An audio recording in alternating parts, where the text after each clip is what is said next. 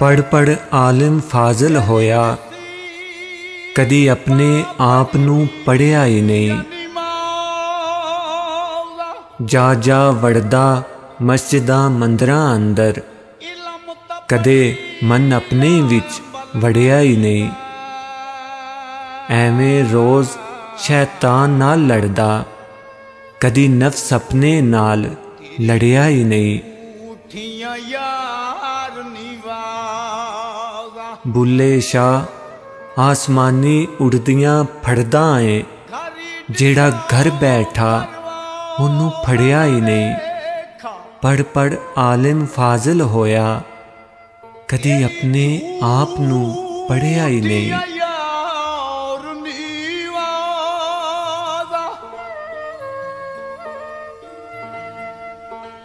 पर मस्ती उमर पता उदा लगसी,